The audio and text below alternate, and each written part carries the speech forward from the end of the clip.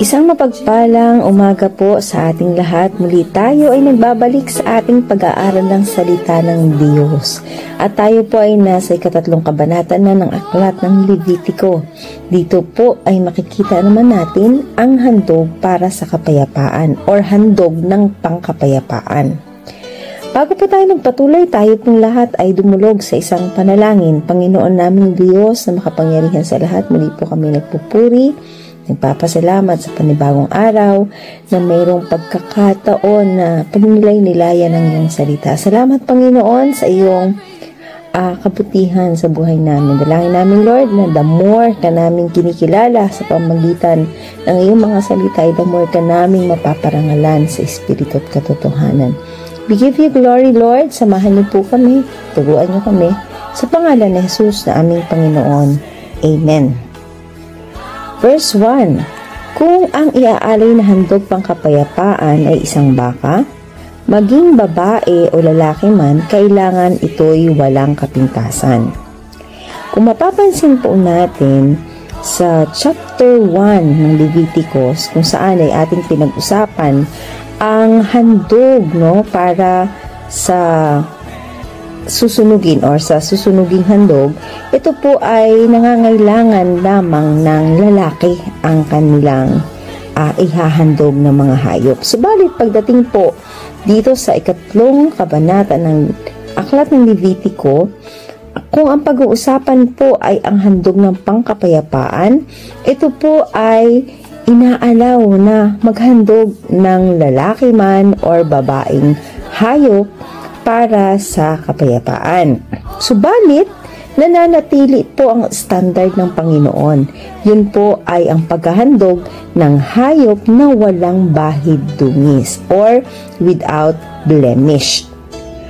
Ang salitang without blemish or walang bahid dungis po ay mayroong 3 mahahalagang mensahe. Una po ay ang walang bahid dungis ay nangangahulugan na ibinibigay natin yung pinakamainam na bahagi. Pangalawa po, walang bahid dungis ay nangangahulugang walang kasalanan, o yung ating iaalay ay dapat ay walang kasalanan, And ano pa, ang without blemish or walang bahid dungis ay tumutukoy at nagtuturo sa atin patungo sa ginawa ng ating Panginoong Jesus, kung saan siya ang ating perfect na sakripisyo. Ayan, perfect na alay. Kaya nga po ang sabi sa 1 Peter chapter 1 verse 19, kundi sa pamamagitan ng mahalagang dugo ni Kristo, siya ay tulad ng korderong walang dungis at kapintasan. So, malinaw po ang sinasabi ng salita ng Panginoon patungkol po sa kalagayan ng ating Panginoong Jesus bilang isang handog. Ang alay po para sa kapayapaan ay hindi alay para gumawa ng kapayapaan, kundi para ma-enjoy natin ang kapayapaan. Kasi yung kapayapaan actually, it's already done, na ginawa na ito ng Panginoong Jesus. Ngayon, paano natin yan matatamasa? Sa pamamagitan po ng ating peace offering, ay ma-enjoy natin ang kapayapaang ginawa ng ating Panginoong Jesus. Kaya nga po, ang pinakadakilang at pinakamatinding paglalarawan po ng handog pang kapayapaan ay ginawa ng ating Panginoong Jesus sa pamamagitan ng pag-aalay ng kanyang sarili para sa atin. Kung saan, sabi nga po sa Romans 5:1 ay, therefore, having been justified by faith, we have peace with God through our Lord Jesus Christ. At sinabi rin po sa Ephesians chapter 2 verses 14 to 16 kung saan sinasabi dito na nagkaroon tayo ng kapayapaan dahil sa ginawa ng Panginoong Jesus, kung saan ay nasira na, nawasak na, napunit na ang pader na namamagitan sa atin at sa Ama, no? Dahil po yon sa kagandahang loob ng ating Panginoong Hesukristo. Ngayon po, makikita natin bakit babae or lalaki, no? Kasi po, sa pamamagitan po ng ginawa ng ating Panginoong Hesus, wala na pong pagtatangi. Ano po, kung saan dati sa kanilang kapanahunan ay hindi pinahihintulutan ng mga babae na lumapit sa Panginoon ay na magsalita para sa iba, no, para magbahagi ng salita ng Diyos. Pero kung mapapansin po natin sa Galatians chapter 3 verse 28, ang sabi po dito, wala nang pagkakaiba ang Hudyo at ang Griego, ang alipin at ang Malaya, ang lalaki at ang babae, kayong lahat ay iisa na dahil sa inyong pakikipag-isa kay Kristo. So dahil sa ating pakikipag-isa kay Kristo, tayo po, no, ay pantay-pantay sa harapan ng Panginoon. Sa Efeso chapter 2 verses 11 to 18, sabi po dito, kaya't alalahanin niyo ang dati ninyong kalagayan, kayo'y pinanganak ng mga hintil at di tuli, ang tawag sa inyo ay ng mga Hudyo. At ang mga Hudyo naman ay tinatawag ng mga tuli dahil sa ginagawa sa kanilang katawan. Noong panahon iyon, hiniwalay kayo kay Kristo, hindi kabilang sa bayang Israel at hindi saklaw ng tipan na nababatay sa mga pangako ng Diyos. Ngayon, noy nabubuhay kayo sa mundo ng walang pag-asa at walang Diyos. Ngunit ngayon, dahil sa inyong pakikipag-isa kay Kristo, kayo na dating malayo ay inilapit sa pamamagitan ng dugo ni Kristo, sapagkat si Kristo mismo ang nagbigay sa atin ng kapayapaan dahil pinag-isa niya ang mga Hudyo at mga Hintil sa pamamagitan ng kanyang katawan. Giniba niya ang pader ng alitan na naghihiwalay sa atin. Pinawalambisan niya ang kautusan kasama ang mga utos at mga alituntunin nito upang mula sa dalawang lahi ay makalikha siya ng isang bagong bayan na nakipag-isa sa kanya at sa gayon ay magkaroon ng kapayapaan. Sa pamamagitan ng kanyang kamatayan sa krus, winakasan niya ang kanilang alitan, pinagkasundo sila ng Diyos sa Diyos at pinagbuklod sa iisang katawan. Naparito nga si Kristo at ipinangaral niya sa lahat ang magandang balita ng kapayapaan sa inyong mga hintil na nooy malayo at sa mga Hudyo na malapit. Dahil kay Kristo, tayong lahat ay nakakalapit sa Ama sa pamamagitan ng iisang Espiritu. Purihin ang Diyos sa pagkabasa ng kanyang salita. So, malinaw po, no, na yung handog, no, na ginawa ng Diyos Ama para ma-reconcile or yung voluntarily sacrificial offering ng Panginoong Hesus para sa reconciliation natin sa Diyos Ama ay nangyari na, no? Kaya naman kapag tayo nag-o-offer para sa pangkapayapaan, ito po ay ma-enjoy na lang natin. Hindi na natin ito babayaran pang muli, no? Kaya bless po ng mga naniniwala sa Panginoon sapagkat ngayon pa lang sa dami ng problema ng buhay, still magkakaroon tayo ng kapayapaan because that's what Jesus did for us. Verse 2, ipapatong niya sa ulo nito ang kanyang kamay at ito'y papatayin sa may pintuan ng tulang tipanan at ibubuhos ng pari ang dugo sa paligid ng altar. So, mapapansin po natin, nabasa din natin ito sa Leviticus chapter 1 verse 4, no, kung saan ay ipapatong ng may sala ang kanyang kamay doon sa kanyang ihahandog.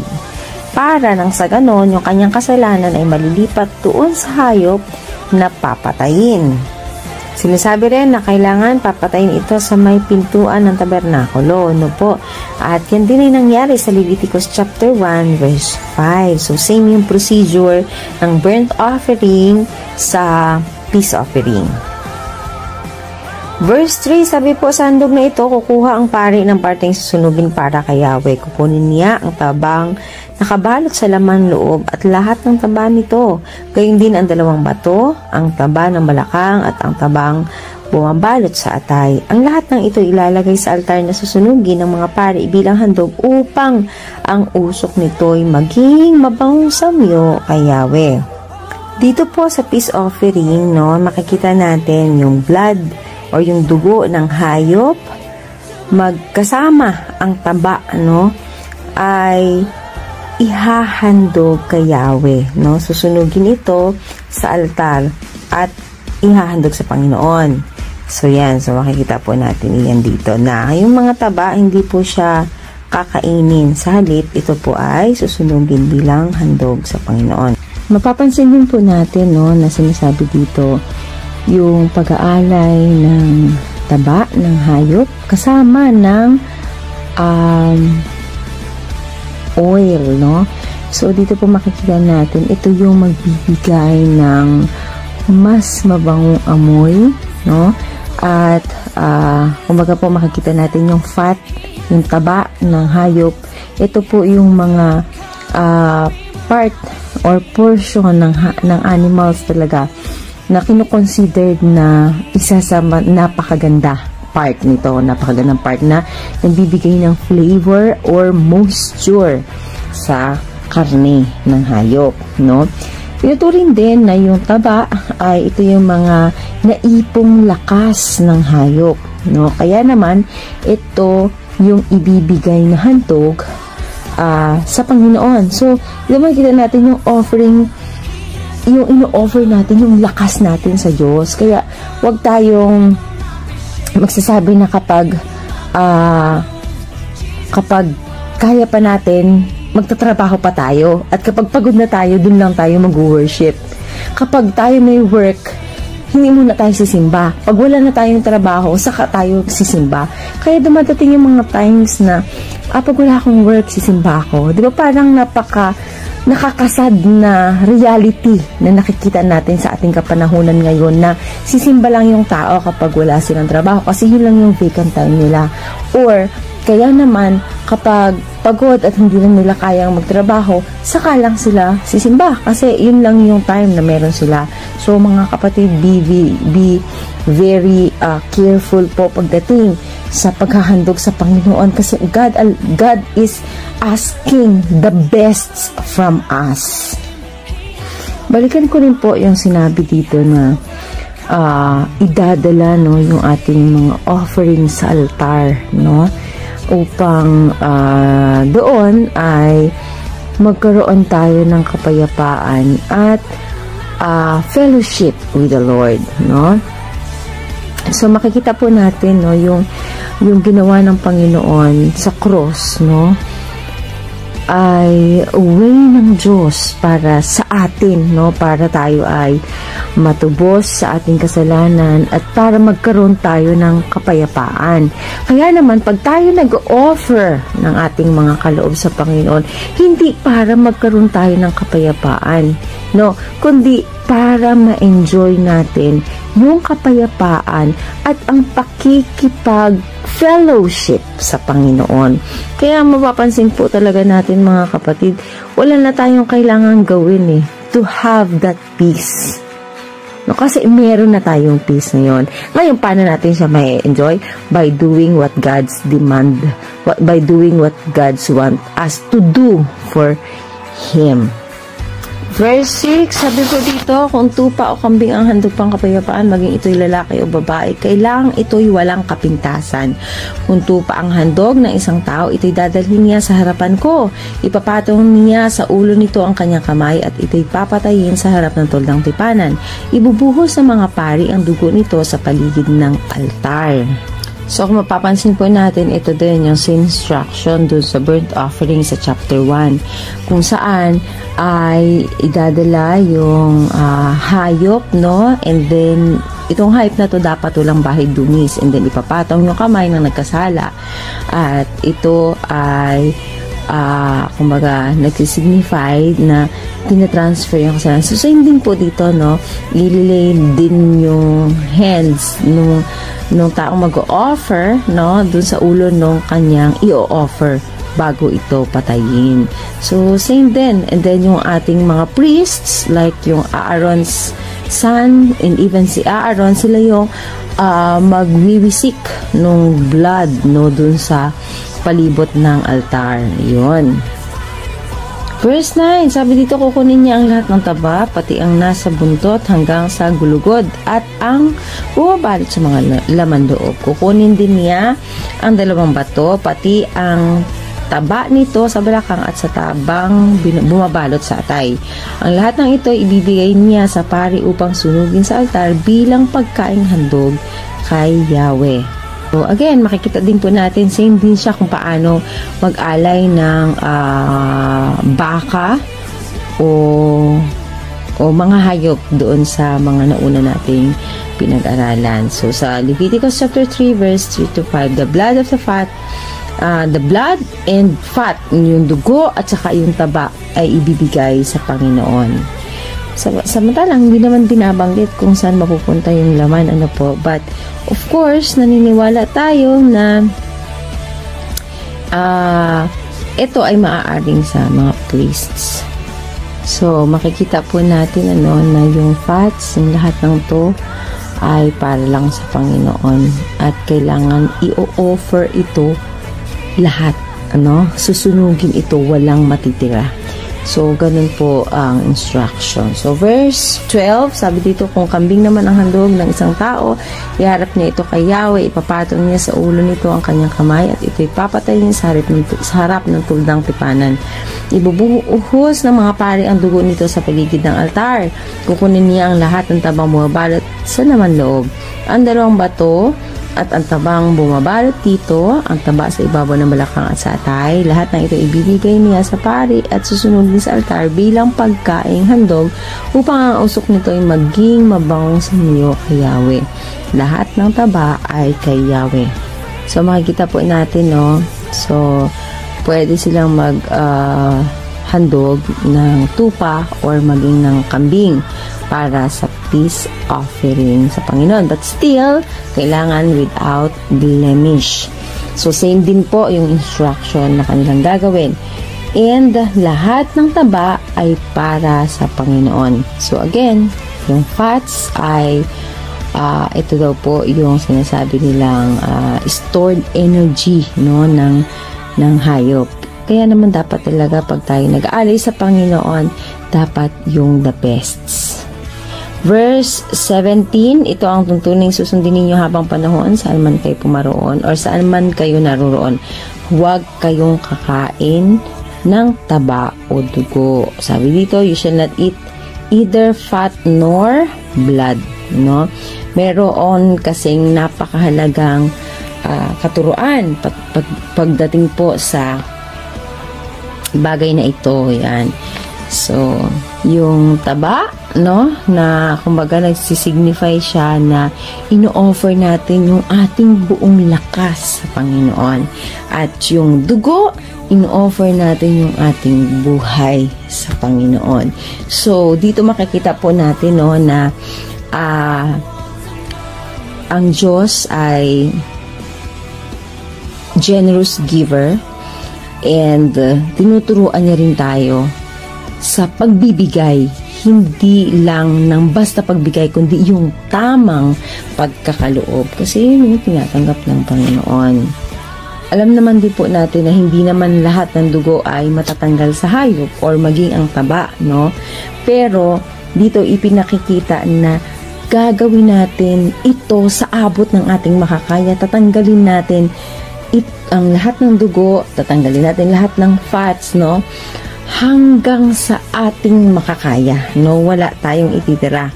Kumbaga talagang gagawin natin yung best to remove all the fats and the bloods out of the animals kasi yun yung nire-required ng Panginoon.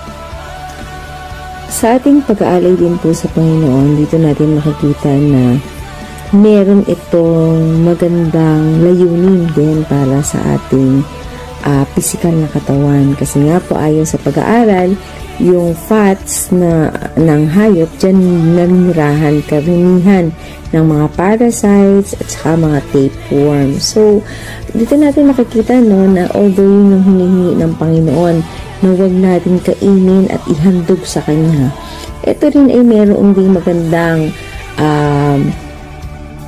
tulong, or para maingat din tayo, mai-save din tayo ni Lord doon sa mga bagay na hindi nakabubuti sa ating katawan. Kaya, alam niyo po, yung mga bagay na nire-required ng Panginoon, hindi lang po para sa Kanya, no? Kundi para din sa ating ikabubuti. At tandaan po natin na although masarap, no, na ang gandang i-enjoy yung mga bagay na hinihingi ng Diyos, kung hindi natin ibibigay, ma-enjoy natin ito, yun yung alam natin, no?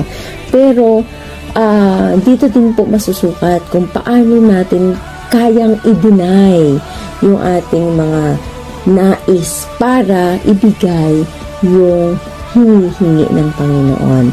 So, talagang self-denial pa rin po, no? Yung obedience talaga, ang requirements niyan ay self-denial for us to do what God wants us to do for His glory. Kaya sana po may natutunan tayo sa Kabanata 3 ng Aklat ng Leviticus. Muli, pagpalain tayo ng ating Panginoon. God bless everyone.